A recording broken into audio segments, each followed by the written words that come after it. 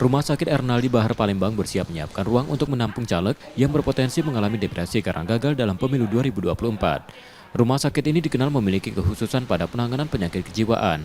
Meski tak ada persiapan khusus jelang pemilu, namun rumah sakit tetap bersiaga melayani pasien 24 jam.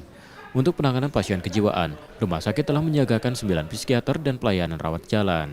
Untuk rawat inap, rumah sakit mampu menyediakan 164 tempat tidur. Tersedia pula tempat rehabilitasi di mana pasien dapat beraktivitas secara produktif. Kalau depresi ini merupakan salah satu diagnosis ya gangguan jiwa. Depresi juga ada ringan, sedang, berat. Kalau untuk ringan mungkin masih bisa melalui rawat jalan gitu ya.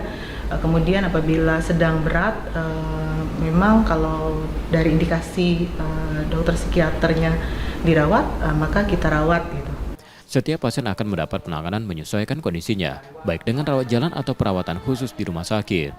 M. Rizky Nurmizan, Kompas TV, Palembang, Sumatera Selatan.